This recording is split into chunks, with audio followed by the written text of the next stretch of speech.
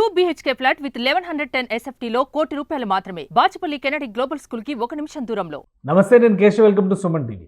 తిరుమల తిరుపతి దేవస్థానంలో లడ్డు కల్తీ పైన జరుగుతున్నటువంటి వివాదం చినికి గాలివానగా మారింది. జాతీయ స్థాయిలో ఒక కీలకమైనటువంటి అంశంగా మారిపోయింది. కేంద్ర ప్రభుత్వ ఆరోగ్య శాఖ కూడా ఇప్పటికే ఏఆర్ డైరీకి నోటీసులు జారీ చేసింది. అలానే భూమన కరుణాకర్ రెడ్డి టీటీడీ చైర్పర్సన్, మాజీ చైర్పర్సన్, ఆయన తిరుమల క్షేత్రంలో ప్రమాణం చేయడం ద్వారా అక్కడ మరొక రాజకీయమైనటువంటి అంశాన్ని లేవనెత్తినట్టుగా మారింది.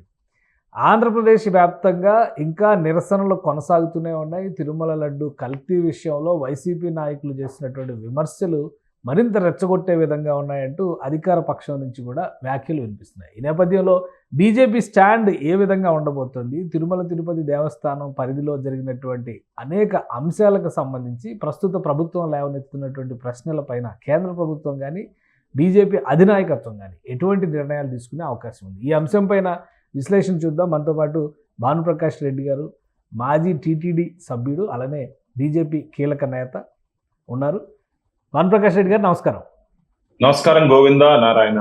భానుప్రకాష్ రెడ్డి గారు, ఏం జరుగుతుంది? తిరుమల అంటే మొత్తం ప్రపంచవ్యాప్తంగా కూడా ఒక ఆసక్తి, అటెన్షన్, భక్తి ఉండేటువంటి ప్రదేశం. అలాంటిది ఇప్పుడు వివాదాస్పద అంశాలకు కేంద్రంగా వివాదాల మయంగా మారిపోతుంది అనేటువంటి అనుమానాలు కలుగుతున్నాయి. ఇప్పుడు కరుణాకర్ రెడ్డి గారు అక్కడికి వెళ్ళి ప్రమాణం చేయడం, దీంతో ఒక రాజకీయ రగడ. ఆల్రెడీ వైవి సుబ్బారెడ్డి గారు సవాల్ విసిరారు, అది అక్కడితో ఆగింది. ఈయన నేరుగా వెళ్ళి ప్రమాణం చేశారు.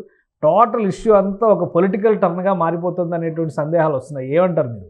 అఖిలాండ కోటి బ్రహ్మాండ నాయకుడు, కలియుగ ప్రత్యక్ష దైవం, కోట్లాది మంది హిందువులకు ఆరాధ్య దైవమైనటువంటి వెంకటేశ్వర స్వామి పట్ల కూడా అపచారం చేసినటువంటి వ్యక్తులు, అపచారం కాదు, మహా అపచారం, దుర్మార్గం చేసినటువంటి వ్యక్తులు ఉన్నట్టు వైసీపీకి సంబంధించిన పార్టీ నాయకులు.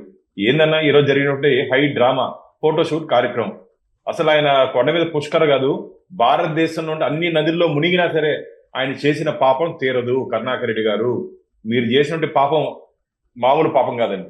మా దగ్గర ఆధారాలు ఉన్నాయి అంటే లేదు, అది కాదు, ఇది కాదు అంటారే. అసలు ఈరోజు మొన్న జరిగినటువంటి శాంపుల్స్ లో మీకు ఒక చిన్న ఉదాహరణ చెప్తాను. మీకు మనం తీసినటువంటి గీ శాంపుల్స్ లో ఎస్ వాల్యూ అని ఉంటుంది, గ్రేడింగ్. గతంలో వీళ్ళు సప్లై చేసినప్పుడు ఉన్నటువంటి వాల్యూ ఒక ఫిఫ్త్. దీంట్లో ఒక్కసారి మీరు చూడండి ఎంత ఉంది చూడండి, 19.77. ఏది so called Karunakar Reddy TTD chairman గా ఉన్నప్పుడు తీసినటువంటి శాంపుల్లో 19.77 ఉంది. ఇప్పుడు మేము మా ఎన్డీఏ కూటమి టీడీపీ, జనసేన, భారతీయ జనతా పార్టీ మేము వచ్చిన తర్వాత నందిని ఘీ మేము తీసిన శాంపుల్లో 97.21 ఉంది. ఓకే, ఇది ఏం నక్కకి నాగలోకారం ఉన్నంత డిఫరెన్స్ లేదన్నా.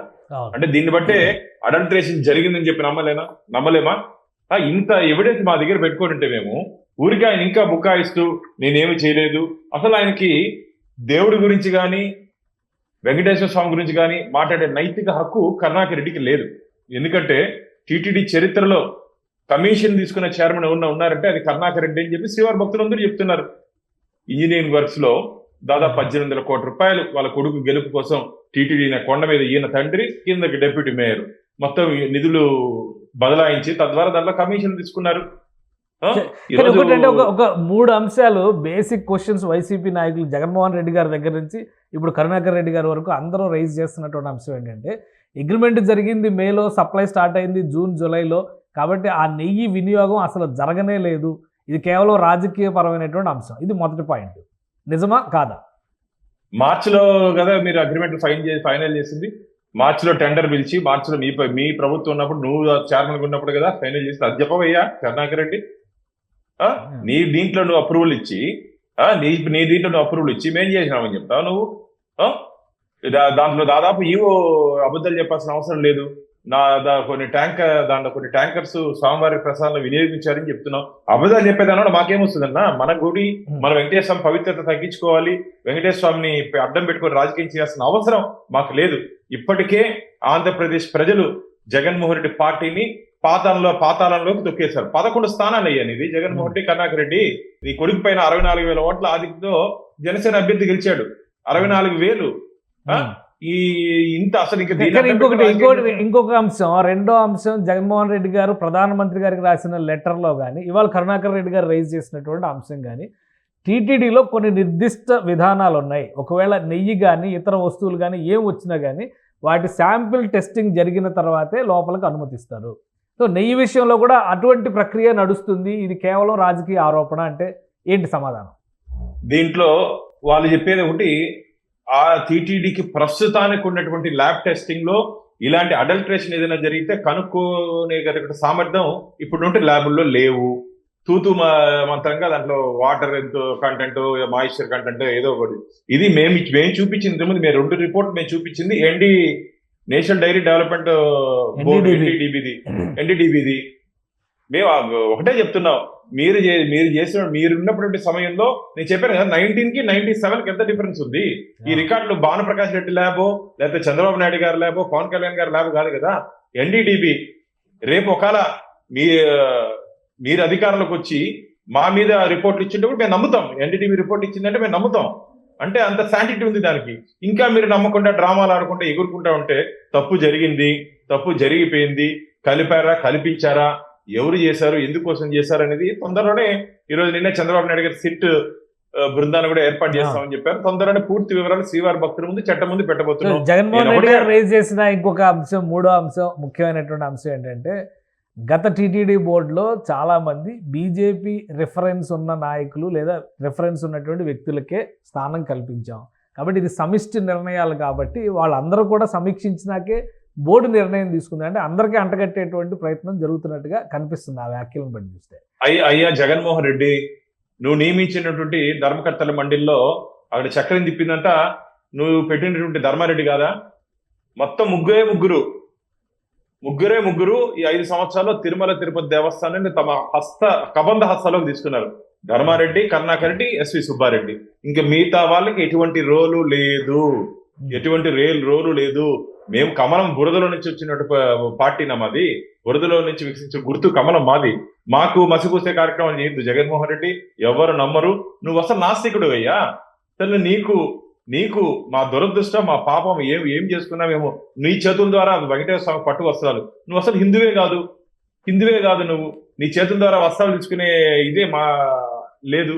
ఒక ఎండోమెంట్ నువ్వు కాకుండా ఉంటే మాకు దేవాదాయ ధర్మాదాయ శాఖ మంత్రి ద్వారా ఇచ్చుడాలి. ఇంకొకటి, దంపతులతో ఇయ్యాలండి. ఏ శుభకార్యమైనా సరే సాక్షాత్ జగద్రక్షకుడు వెంకటేశ్వర స్వామి విశ్వానంతా పాలిస్తున్నాడు. నువ్వేందో ఆంధ్రప్రదేశ్ 5 కోట్ల మందిని పాలిస్తున్నావు నువ్వు. ఆయన మొత్తం విశ్వానంతా పాలిస్తున్నాడు. ఆయనకి ఇచ్చేటప్పుడు కూడా సాంప్రదాయాలు పాటించకుండా నిష్టానుసారంగా ఇంట్లో సెట్ చేసుకుంటావా? వాటిలో సెట్ చేసుకున్నాడు మన వెంకటేశ్వర సెట్ చేసుకొని ఆడ పూజలు అవసరమాన్ని. అంటే భగవంతుడి దగ్గరికి నువ్వు రావాలా, నీ దగ్గరికి భగవంతుడు రావాలా? దీన్ని బట్టి జగన్మోహన్ రెడ్డికి ఎంత అహంకారం ఉంది, హిందూ దేవాలయాల మీద ఎంత విశ్వాసం ఉందో శ్రీవారి భక్తులు అందరూ అర్థం చేసుకుంటున్నారు. ఇది పూర్తిగా ఒక హిందూ వ్యతిరేక ప్రభుత్వం, హిందూ వ్యతిరేక ముఖ్యమంత్రి ఆంధ్రప్రదేశ్ లో 5 సంవత్సరాల రాజ్యమేలాడు. దానికి సంబంధించిన వ్యక్తుల్ని తిరుమల తిరుపతి దేవస్థానాలు ఒక రాజకీయ పునరావాస కేంద్రంగా మార్చారు. తిరుమల తిరుపతి ధార్మిక క్షేత్రాన్ని ధనార్జన క్షేత్రంగా మార్చుకున్నారు. అసలు మీకు ఒకటి చెప్తున్నా, 2019 నుంచి 2024 వరకు జగన్మోహన్ రెడ్డి గారు అసలు ఎందుకు టీటీడీ బోర్డులో తీసుకుంటే నిర్ణయాలు ఎందుకు టీటీడీ వెబ్సైట్ లో పెట్టలేదయ్యా మీరు? నేను ధర్మకర్తల మండలి సభ్యుడికి పనిచేసాం. ఈ రోజు బోర్డు మీటింగ్ జరిగితే రేపు ఉదయం అంతా టీటీడీ వెబ్సైట్ లో పెట్టేవాళ్ళం. 5 సంవత్సరాలు ఎందుకు పొందుపరచలేదు? దాపరికాలు ఎందుకే ధార్మిక క్షేత్రంలో? ఇది ప్రభుత్వానికి సంబంధం లేదు, పూర్తిగా ఇండిపెండెంట్ అథారిటీ, ప్రభుత్వ పాత్ర అతి స్వల్పం అని కదా జగన్మోహన్ రెడ్డి గారు కానీ వైసీపీ నాయకులు కానీ అంటున్నారు. సో ఇది నిజంగా సిగ్గుండాలని అలాంటి మాటలు మాట్లాడేదానికి ఏందది? ఎవరిని నియమిస్తారంటే గవర్నమెంట్ ఎండోమెంట్ మంత్రి గారు సైన్ చేసి పంపించేది బోర్డుని. నువ్వు కాదు, రోజు నీతో కాదా ధర్మారెడ్డి నుంచి మాట్లాడేది? నీ కనుసైగుల్లో కదా నడిచింది. 80 మందితో నియమించావే జగన్మోహన్ రెడ్డి గారు. నువ్వు ఇంత మాట్లాడుతున్నావే. టీటీడీ యాక్ట్ 30 of 1987 కు వ్యతిరేకంగా ధర్మకర్తల మండలిని 81 మందితో నియమిస్తే నేను హైకోర్టుకి పోతే 52 మందిని హైకోర్టు అబియన్స్ లో పెట్టింది. అంటే నీది కరెక్టా, మాది కరెక్టా? ఆ రోజు వెంకటేశ్వర స్వామి గెలిచాడు, హిందూ ధర్మం గెలిచిందని చెప్పి మేము భావించాం. ధార్మిక విజయంగా, వెంకటేశ్వర విజయంగా మేము భావిస్తాం. అంతేకాదు అనేక విషయాల్లో టీటీడీ నిధుల నుంచి 5,000 కోట్ల రూపాయలు రాష్ట్ర బాండ్స్ ఇన్వెస్ట్ చేసేదానికి ప్రయత్నం చేశావు. నువ్వు ఒక క్రిస్టియన్ మిషనరీ నుంచి కానీ వర్క్ బోర్డు ఆస్తుల నుంచి కానీ 1 రూపాయలని తీసుకునే ధైర్యం ఉందా నీకు? స్వామివారి ఖజానా మీద కన్నేసావు జగన్మోహన్ రెడ్డి గారు. అంటే ఇవన్నీ పరిశీలించినట్టయితే ఒక హిందూ వ్యతిరేక విధానాలు అవలంబించే వ్యక్తి చేతుల్లోకి ఆంధ్ర రాష్ట్రం వెళ్ళిపోయింది.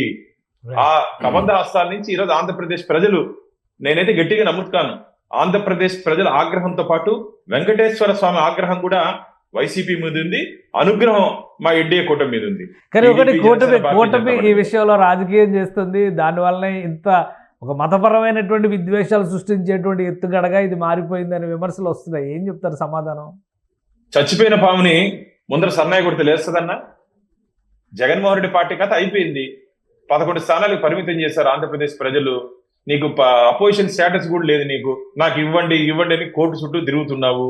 ప్రజలు ఇయ్యారయ్యా అపోజిషన్ స్టేటస్ రావాలంటే ప్రజలు ఓటేసి గెలిపిస్తే వస్తుంది. నువ్వు ఆల్రెడీ చనిపోయిన పాము, నీ మీద నేను రాజకీయాలు చేసిన అవసరం ఏముంది? మా దృష్టి అంతా వికసిత ఆంధ్రప్రదేశ్ మీదే ఉంది. ఆంధ్రప్రదేశ్ ని అన్ని రంగాల్లో ముందుకు తీసుకోవాలని చెప్పి మా ఎన్డీఏ కూటమి.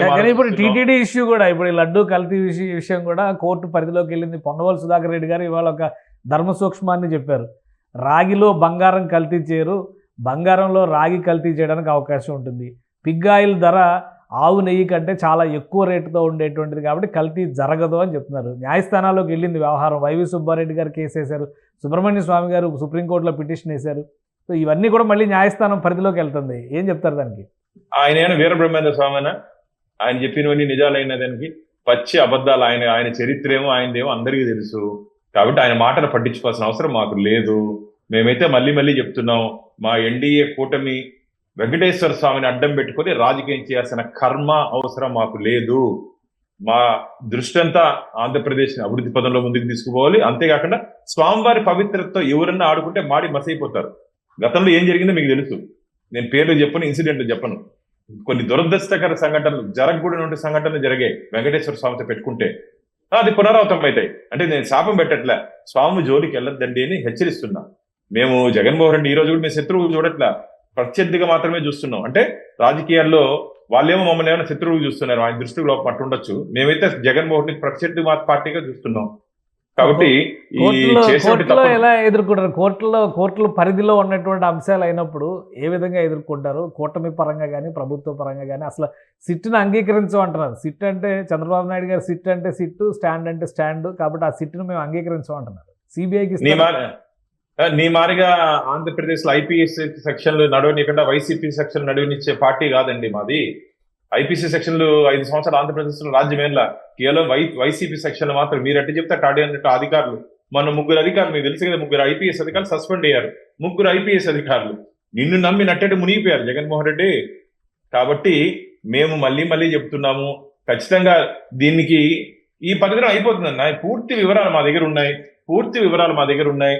దీన్ని ఏ అధికారాన్ని ఎగ్జామిన్ చేస్తే ఎక్కడ తప్పు జరిగింది, ఎందుకు తప్పు జరిగిందో ఖచ్చితంగా వాస్తవాలు బయటపడతాయి. కాబట్టి ఊరికి ఎగరద్దండి, తప్పించుకునే ముందు ఆరిపోయే ముందు దీపం ఎక్కువ పెరుగుతుందంట. అట్లా వీళ్ళు ఊరికి అందరూ కలిసి ఎగురుతా ఉన్నారు. ఆయన చుట్టూరు మొత్తం డాన్స్ చేస్తున్నారు. మీరు ఎన్ని డాన్సులు వేసినా, ఎన్ని డ్రామాలు వేసినా వెంకటేశ్వర స్వామి ఎవరిని వదలడు. మళ్ళీ చెప్తున్నా, మేము ఇది రాజకీయ కక్షతో మేము చెయ్యట్లేదు. వెంకటేశ్వర స్వామిని అడ్డం పెట్టుకొని రాజకీయాలు చేయాల్సిన అవసరం మాకు లేదు. స్వామివారి పవిత్రతను కాపాడి భావితరాలకు అందించాల్సిన బాధ్యత మనందరి మీద ఉంది. ఆ బాధ్యతతోనే మేము పనిచేస్తున్నాము. మళ్ళీ గుర్తు చేస్తున్నాం, కూటమి పక్షాన కూడా ప్రమాణాలు చేసేటువంటి పరిస్థితి ఉంటుందా? వెంకటేశ్వర స్వామి సమక్షంలో ఏ తప్పు జరగలేదంటూ కరుణాకర్ రెడ్డి గారు ప్రమాణం చేశారు. మీరు కూడా చేయండి అని సవాల్ విసురుతున్నారు. ఏం చెప్తారు? అసలు ఆయన ప్రమాణం చేసేదానికి వాల్యూ లేదు కదా, భగవంతుడి మీద లేదు, నమ్మకం లేదు. ఆ పాత చుప్పియండి, ఆ నల్లరాయిని కొడతా అన్నాడు కరుణాకర్. తెలుసా మీకు? వాళ్ళు మిత్రులను అడగండి. ఆ పాత చుప్పియండి, ఆ నల్లరాయిని కొడతాన్న వ్యక్తినికి తీసుకుపోయి టీటీడీ చైర్మన్ ఇచ్చారు. ఆ జగన్మోహన్ రెడ్డికి 7 కొండలకి, పులివెందుల 2 కొండలకి వ్యత్యాసం తెలియదు ఆయనకి. 7 కొండలకి నారాయణాద్రి, విషపాద్రి, వెంకటాద్రి, నీలాద్రి, శేషాద్రి, అంజనాద్రి, ఆ కొండలకి వాళ్ళ పక్కన ఆయన చూస్తుంటే ఇడుపుల పై నుంచి కొండలకి, దీనికి డిఫరెన్స్ తెలియదు ఆయనకి.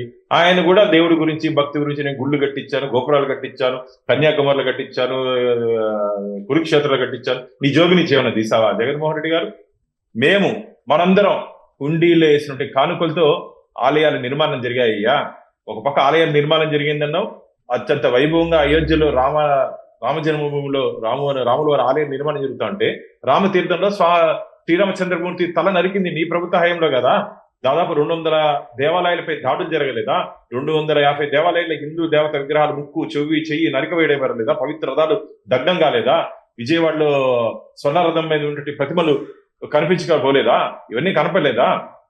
నువ్వు హిందుత్వం గురించి, హిందూ దేవాలయాల Right, భానుప్రకాష్ రెడ్డి గారు ఇప్పుడు సెంట్రల్ గవర్నమెంట్ నువ్వేనా అహల్యాబాయి అనుకున్నావా? అహల్యాబాయి గారి గురించి తెలుసు కదన్నా. పూర్వంలో ఈ మహదీయుల దాడుల్లో ధ్వంసమైనటువంటి హిందూ దేవాలయాలన్నింటినీ పునర్నిర్మించుకుంటూ ముందుకు పోయినటువంటి పరమ భక్తురాలు ఆమె. ఈయన ఏమో నిర్మించాలని ఎగురుతున్నాడు. నువ్వు ఏమి నిర్మించలేదు, నీ కోటలు బద్దలు చేశారు ఆంధ్రప్రదేశ్ ప్రజలు. నువ్వు ఊరికే ఎన్ని మాట్లాడినా ఎవరు నమ్మే పరిస్థితి, ఆంధ్రప్రదేశ్ ప్రజలు నిన్ను ఎన్ని మాట్లాడినా నమ్మే పరిస్థితి లేరు. ఈ వ్యవహారంలో కేంద్రం జోక్యం చేసుకున్నట్టయినా ప్రైమ్ మినిస్టర్ గారికి ఒక లెటర్ రాశారు జగన్మోహన్ రెడ్డి గారు.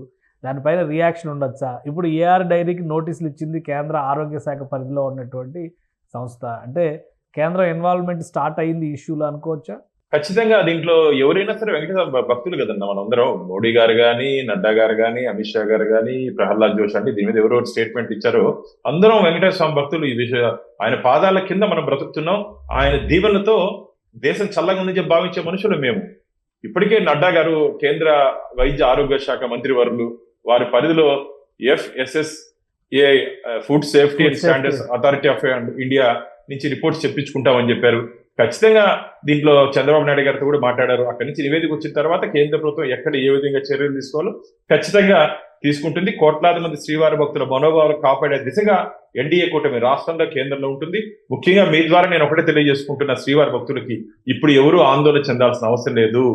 ధైర్యంగా స్వామివారి ప్రసాదాన్ని మీరు స్వీకరించండి. ఎందుకంటే స్వామివారి ప్రసాదం అంటే ఈరోజు కొండకెళ్తున్నట్టు భక్తులు స్వామివారి దర్శనం కాకపోయినప్పటికీ ముందర అఖిలాండం నుంచి ధ్వజస్తంభాన్ని చూస్తూ మొక్కులు తీర్చుకొని ఆ ప్రసాదాన్ని స్వామివారి ప్రతిమగా ఆశీర్వాదంగా భావించి తీసుకునే సాంప్రదాయం ఉంది.